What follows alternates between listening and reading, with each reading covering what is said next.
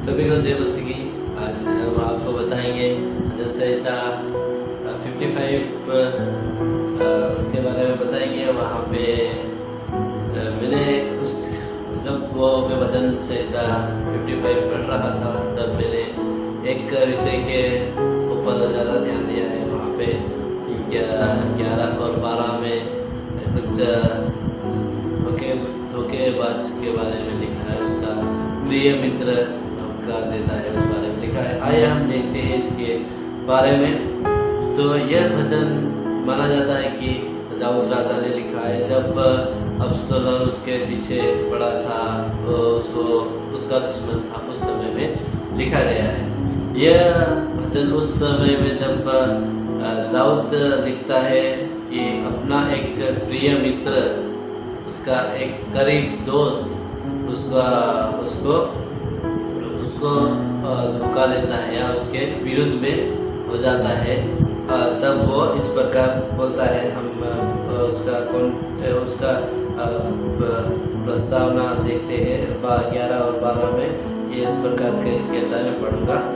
जो मेरी नाम धराया करता है वह शत्रु नहीं था। यहाँ पे इस प्रकार कहता है, जो मेरे साथ में रहता था वो शत्रु नहीं बल्कि मेरा एक करीबी मित्र था।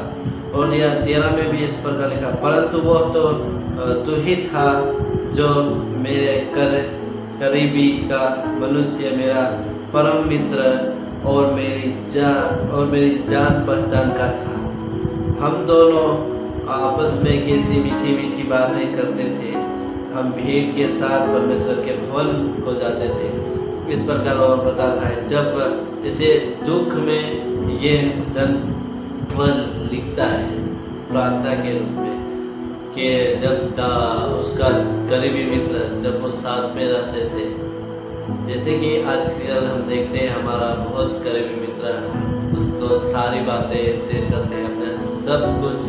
जैसे कि एक करीबी मित्र को हम अपना भाई मान लेते हैं, इस प्रकार हम रहते थे। इसी प्रकार शायद दाऊद भी रहता था होगा। उसी प्रकार में दाऊद साथ में उसके हर एक बातें, हर एक चीज़ों को शेयर करता था होगा वो करीबी मित्र। इसलिए वो इतना यहाँ पे 12, 13 और 14 वर्सेस में इस प्रकार लिख रखा, अपन मीठी मीठी बातें करते थे। मतलब आज के समय में भी ऐसे दोस्त हम रहते हैं, बहुत बातें ऐसी शेयर करते हैं। इसी प्रकार दाऊद भी करता था। आइए हम इसके बारे में और भी जानेंगे। हम सभी जीवन से हम सब भी जीवन में कभी ना कभी ऐसे दर्द में रहते हैं, गुजरते हैं। बहुत बार हमारे जीवन में भी कभी ऐसा होता है। कहीं हमारे दोस्त भी बदल जाते हैं, अपने दोस्त भी कभी कभार अपने विरुद्ध में हो जाते हैं। हम आज के जीवन में भी यह बातें देखते हैं किसी और हम आगे और देखेंगे किसी ने भरोसा तोड़ा। जब दाऊद किसने भरोसा तोड़ा, सबसे मेन बात यहाँ पे लिखी है उसके दोस्त ने। यहाँ पे 1 और 2 आयत में मैं देखिए यहाँ पे एक पॉइंट दिया है, मैं पढ़ूंगा उस पॉइंट को। दुख छिपाना नहीं, परमेश्वर के सामने खोल देना। यानी दाऊद अपने सारे दुख को परमेश्वर के सामने खोलता है। यहाँ पे दाऊद इस प्रकार कहता है, हे परमेश्वर मेरी प्रार्थना सुन। 1 या 2 में दाऊद अपनी पीड़ा छिपाना नहीं चाहता था। वो परमेश्वर को खुल के अपने हृदय से उस दुख और दर्द में परमेश्वर के सामने बता रहा है। परमेश्वर को बता रहा है कि प्रभु जी तो मेरी पीड़ा को सुन। वह परमेश्वर के पास रोता और पुकारता है। हम इससे सीखते हैं कि हमारे आंसू और दर्द परमेश्वर के लिए बोझ नहीं है। वह हमारे पुकार सुनने वाला परमेश्वर है। हम आज के दिनों में देखते हैं हम बहुत दुख हो जाते हैं, लेकिन हमारे पास कुछ दूसरा रास्ता नहीं रहता है। अपन किसी को शेयर नहीं कर सकते। उस समय में हम जाके परमेश्वर के सामने, परमेश्वर अपने पूरे हृदय को, हर एक सारी बातों को खोलकर सिर्फ उसके सामने हम रख सकते हैं। अगर हम दूसरों के सामने रखेंगे तो कोई क्या सोचेगा कि हमारे अंदर एक डर सा रहता है। लेकिन हमारा एक परमेश्वर है जो अपन खुल के प्रार्थना करके ये सारी बातें अपनी हृदय हमारे जो घटना है वो बता सकते हैं। और यहाँ पे हम दूसरा बिंदु देखेंगे 4 से 8 तक के बारे में बताऊंगा। दिल का तूफान, डर, बेचैनी और भागने की इच्छा। यह यहाँ पर दाऊद कहता है, मेरा हृदय भीतर ही भीतर कांप रहा है। काश मेरे पास कबूतर के जैसे पंख होते तो उड़ जाता। यहाँ पर दाऊद कहता है कभी कभी दर्द इतना बढ़ जाता है कि मन भागने का मन होता है। हमारे मन में ऐसा दुख अपने कोई अच्छा करीब वाला ही अपने विरुद्ध में हो जाता, अपने मन में भी ऐसा होता है और हम शांति चाहते हैं लेकिन मन में तूफान होता है। हम ढूंढते हैं शांति, मुझे कोई तो ऐसा हो कि मुझे ये दिलाए, मुझे ये मेरी जो बातों को सुने और मुझे तसल्ली दे सके, ऐसा कोई तो है करके हम ढूंढते हैं लेकिन हमारे कोई नहीं मिलता। और हम खास पॉइंट के बारे में सबसे पहले जो मैंने इसका टॉपिक लिया था उसके बारे में हम देखेंगे। सबसे बड़ा घाव करीब का धोखा होता है। सबसे बड़ा जो अपने पास में रहता है उसका सबसे बड़ा घाव। यहाँ पे अब हम पढ़ सकते हैं या 12,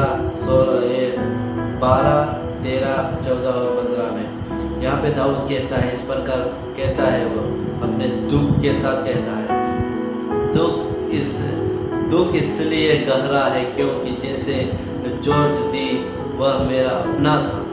वो बहुत ही दुख से अंदर से पूरा टूट चुका था। उस समय में इस प्रकार कहता था, जिसके साथ मैं चलता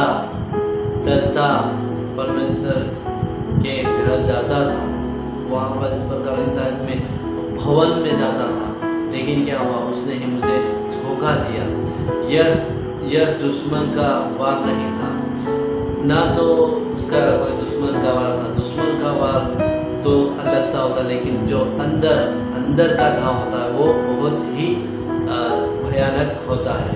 यह उस मित्र का वार था जिस पर दाऊद ने भरोसा किया था, बहुत अच्छे से भरोसा किया था। वो हर चीज अपने सब शेयर करता था, वो कहाँ जाता था, कहाँ रहता था, ये सारी बातें अपने मित्र को बता देता था। लेकिन क्या किया, उसके मित्र ने ही उसको धोखा दे दिया। इसलिए वो प्रार्थना करता है परमेश्वर से। इससे हम यह सीखते हैं कि लोग बदल सकते हैं, रिश्ते टूट सकते हैं, लेकिन परमेश्वर ना तो बदलेगा ना हमें छोड़ेगा। हालेलुया। और यहाँ पे मैं 5वां बिंदु बताऊंगा, परमेश्वर में उठाया गया विश्वास। यहाँ पे जो सारी बातें करते जाके ये परमेश्वर को अपने खुले हृदय से सारे अपने मन की बातें परमेश्वर को बताते जाके, अब यहाँ पर ये 16 से लेकर 19 में हम देखते हैं तो उसको थोड़ा विश्वास आता है सिर्फ परमेश्वर के ऊपर। ये तो सारी दुनिया का विश्वास, लोगों के ऊपर विश्वास तो रखना व्यर्थ है, लेकिन जो हमारा परमेश्वर है वो हमारे लिए करेगा। यहाँ पे दाऊद इस प्रकार कहता है, पर मैं तो परमेश्वर को पुकारूंगा, वह मुझे बचाएगा। उसको एक विश्वास था, ये कोई नहीं कर सकते, यहाँ के लोग, इस दुनिया के लोग या कोई मेरे साथ रहने वाले भी नहीं कर सकते, लेकिन वो खुदा है, वो परमेश्वर है जो मेरे लिए कर सकता है। इसलिए वो बोलता है मैं पुकारूंगा। दुख से प्रार्थना में और गहराई ले जाता है। दिन रात वह परमेश्वर को पुकारता है और उसका विश्वास और मजबूत होता जाता है। आज हमारे जीवन में भी कई बार दुख आते हैं, लेकिन हमें ये नहीं सोचना कि मेरे जीवन में ऐसा दुख क्यों आया, मेरे घर वाले या मेरा परिवार या मेरे दोस्त ऐसे क्यों छोड़ के जा रहे हैं। लेकिन इस दुख से हमें सीखने मिलता है कि परमेश्वर हमें यह सिखाता है कि सारे लोग तुझे छोड़ देंगे लेकिन मैं तुझे कभी नहीं छोड़ूंगा, इस प्रकार बताता है। इससे हम यह सीखते हैं कि दर्द हमें दर्द हमें गिराने नहीं बल्कि परमेश्वर की और करीब लाने के लिए आता है। हालेलुया। और यहाँ पे मैं छठवां बिंदु बताऊंगा, अति घोषणा अपना बोझ यहोवा पर डाल दे। यहाँ पे जिस प्रकार सारी अपनी जितने भी दाऊद के जीवन में थे उसने परमेश्वर के ऊपर खुल के बताया और सारा बोझ परमेश्वर के ऊपर डाल दिया। यहाँ पे दाऊद बताता है, दाऊद बहुत शक्तिशाली वचन कहता है, अपना बोझ यहोवा पर डाल वही तुझे संभालेगा। यह भजन इस दृढ़ विश्वास पर समाप्त होता है कि परमेश्वर धर्मियों को नहीं गिराने देता और वह दुष्टों का न्याय करेगा। वह अपने लोगों को संभाल कर रखता है। हालेलुया। हम इससे सीखते हैं कि हमारा काम अपना बोझ परमेश्वर पर डालना, परमेश्वर का काम हमें संभालना और बचाना। हालेलुया।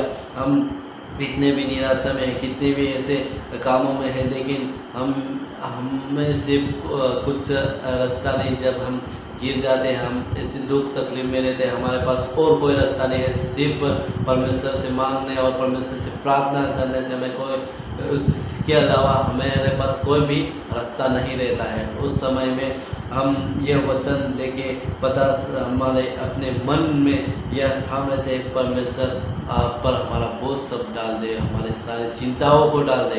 यहाँ पे बोझ यानी कोई ऐसी वस्तु नहीं है जैसे हमारे ऊपर कोई ऐसी वस्तु नहीं, बल्कि बोझ यानी मन का जो मन में बात छुपी रहती है, मन के अंदर जो हमारे अंदर ही अंदर के लगती है, अंदर ही अंदर चोट पहुँचाती, उस बात को परमेश्वर के ऊपर डाल दो, वो तसल्ली देगा। हम यहाँ पे छोटे से शब्दों में आपको बताना चाहेंगे कि ये भजन संहिता 55 हमें ये सिखाता है, दर्द आएगा, धोखा मिलेगा, मन टूटेगा, लेकिन परमेश्वर हमारे शरण, हमारे दर्द और हमारी मदद है।